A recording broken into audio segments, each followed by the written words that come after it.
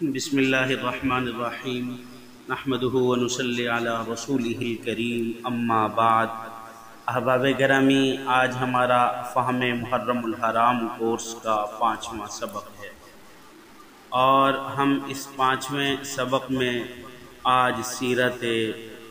سیدنا امام حسین رضی اللہ تعالی عنہ کو پڑھیں گے۔ آپ تمام احباب کی توجہ مطلوب ہے۔ دیکھیں، تخلیق کائنات سے لے کر آج تک کی تاریخ کو اگر بغور دیکھا جائے تو بہت سے واقعات سامنے آتے ہیں، لیکن جس طرح سرزمین کربلا میں امام علی مقام حضرت سیدنا حسین رضی اللہ تعالی عنہ کی شہادت اپنے جان نثاروں کے ساتھ ہوئی ہے، اس طرح کی نظیر تاریخ میں نہیں ملتی۔ امام حسین رضی اللہ تعالیٰ عنہ کی ولادت سے لے کر شہادت تک کے واقعات کو پڑھ کر انسانی عقل دنگ رہ جاتی ہے، تو ان تمام کو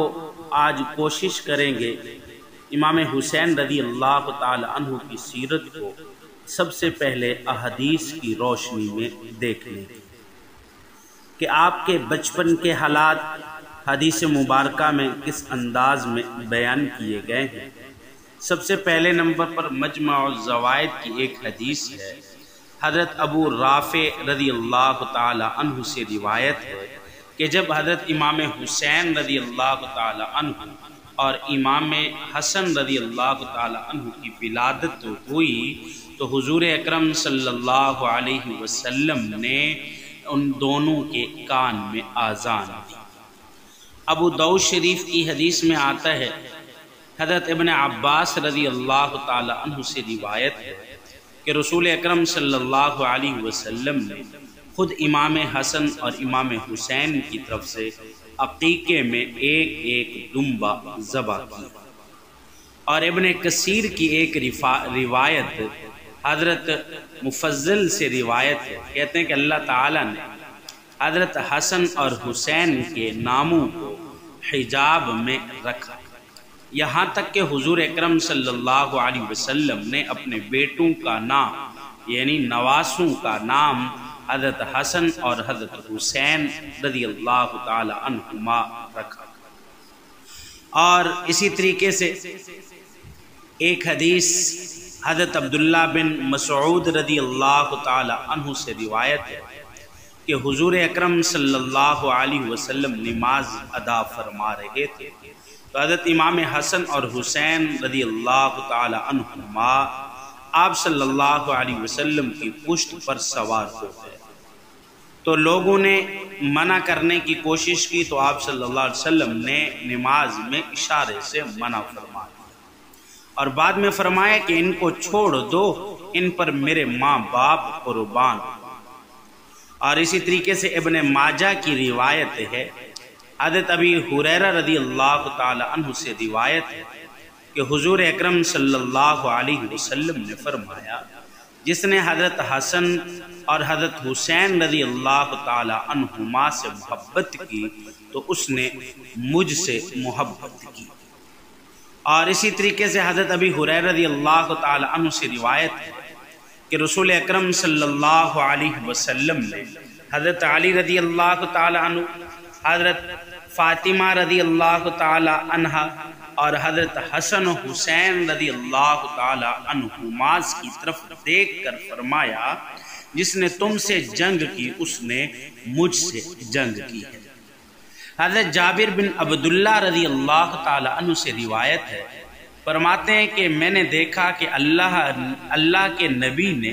گھٹنے ٹیکے ہوئے ہیں اور ہاتھ بھی زمین پر ٹیکے ہوئے ہیں، اور اپنی کمر پر حسن کو پھر حسین رضی اللہ تعالیٰ کو بٹھا کر چکر لگا رہے ہیں، اور ساتھ ہی فرما رہے ہیں کہ آپ کی طبیعت کیسی ہے، بچے آپ کیسے ہیں۔ پھر ان دونوں کو اتار کر آپ نے اپنی نواسی حضرت زینب رضی اللہ تعالی عنہا کو اپنی کمر پر بٹھایا اور پھر پورے کمرے میں چکر لگایا۔ اور اسی طریقے سے حضرت ابو ہریرہ رضی اللہ تعالی عنہ سے روایت ہے، فرماتے ہیں کہ میری آنکھوں نے دیکھا اور میرے کانوں نے سن کہ آپ صلی اللہ علیہ وسلم حضرت حسین رضی اللہ تعالی عنہ کو اپنے پاؤں پر کھڑا کیا ہوا تھا اور ان کے ہاتھوں کو پکڑ کر جھولا دے رہے تھے اور فرما رہے تھے، اس عادل مرتقا، چل بچے پہاڑ پر چڑھ جا، اور اپنے اوپر بٹھا کے فرمایا، اللہ میں اس سے پیار کرتا ہوں، تو بھی اس سے پیار کر۔ اور حدیث مبارکہ میں آتا ہے کہ آپ صلی اللہ علیہ وسلم نے فرمایا کہ حسن میرا بیٹا اور حسین علی کا بیٹا ہے۔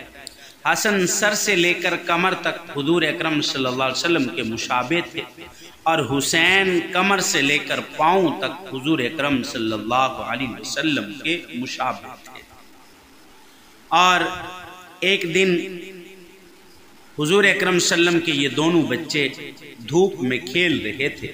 تو آپ صلی اللہ علیہ وسلم نے حضرت علی رضی اللہ تعالی عنہ کو تیز لہجے میں کہا کہ علی، دھوپ چڑھ گئی ہے اور میرے بچوں کو گرمی لگ رہی ہوگی، ان کو آپ اندر لے آئیے۔ یہ حضور اکرم صلی اللہ علیہ وسلم کی ایک محبت کا انداز ہے۔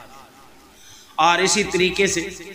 آپ صلی اللہ علیہ وسلم ایک دفعہ مسجد نبوی میں تشریف فرما تھے،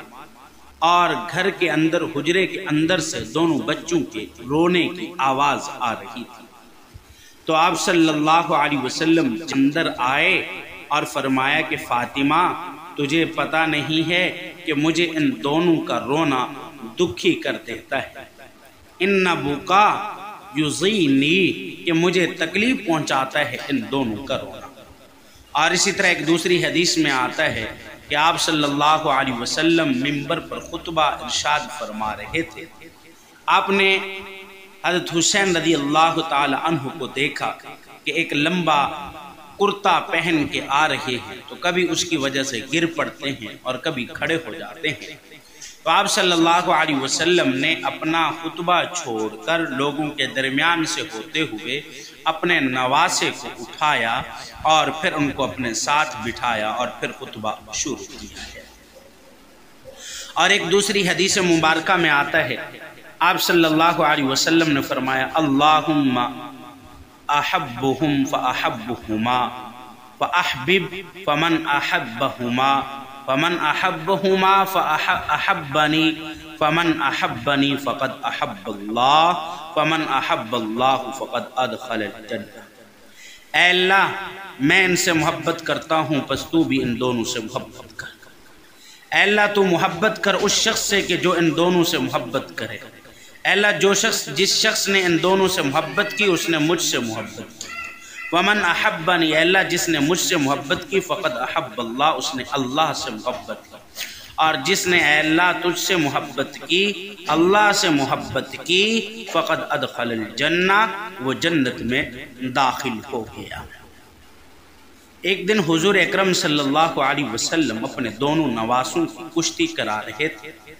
اور کشتی کے دوران حضرت حسین رضی اللہ تعالی عنہ کو داد دے رہے تھے،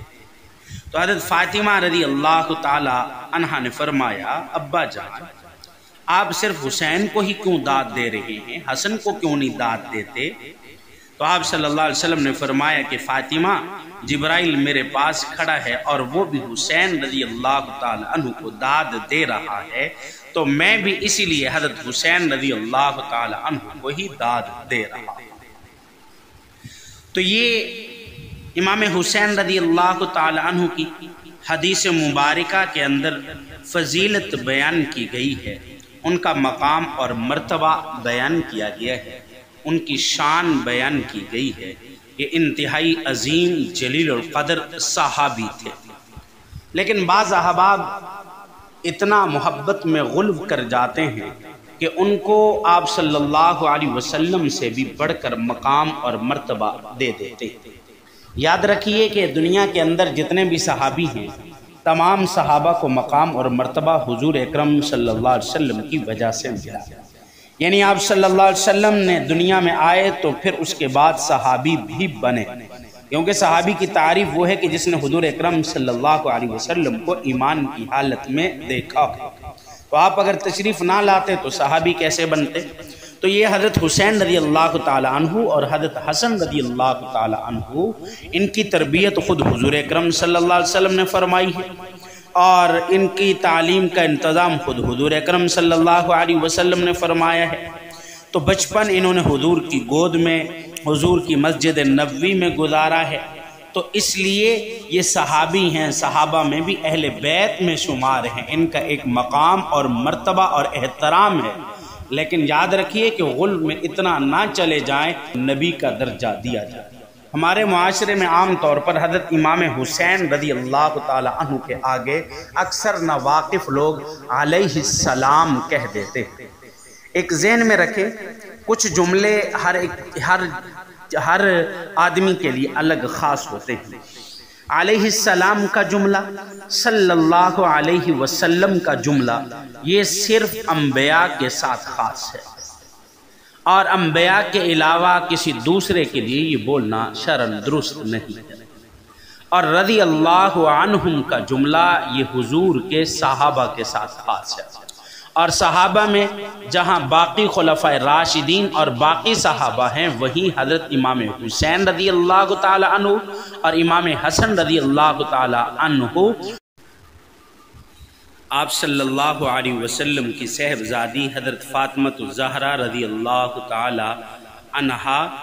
آپ کی ازواج مطہرات اور باقی تمام صحابہ اور اہل بیت، ان تمام کے لیے رضی اللہ تعالی عنہ کا لفظ، مرد ہے تو عنہ، عورت ہے تو عنہا کا لفظ استعمال کریں گے۔ اس کے علاوہ باقی جتنے ائمہ ہیں، علماء ہیں، بزرگان دین ہیں، امام ہیں، ان تمام کے لیے رحمت اللہ علیہ کا لفظ یا قدس سرہ کا لفظ یا نور اللہ مرقدہ کا لفظ یہ استعمال کریں گے۔ صحابی کے لیے رضی اللہ تعالیٰ عنہ کا اور غیر صحابی کے لیے رضی اللہ تعالیٰ عنہ کا لفظ نہیں استعمال کرنا چاہیے، بلکہ رحمت اللہ علیہ کا لفظ استعمال کرنا چاہیے۔ تو اس لیے اہل بیت اور صحابہ کے لیے بھی رضی اللہ تعالیٰ عنہ کا لفظ ہی استعمال کیا جائے، ان کے لیے علیہ السلام کا لفظ نہ استعمال کیا جائے، اس کا خاص اہتمام کیا جائے۔ اللہ رب العزت ہمارا سننا اور سمجھنا قبول فرمائے اور اس پر ہمیں عمل کرنے کی توفیق عطا فرمائے۔ وآخر دعوانا الحمد للہ رب العالمین۔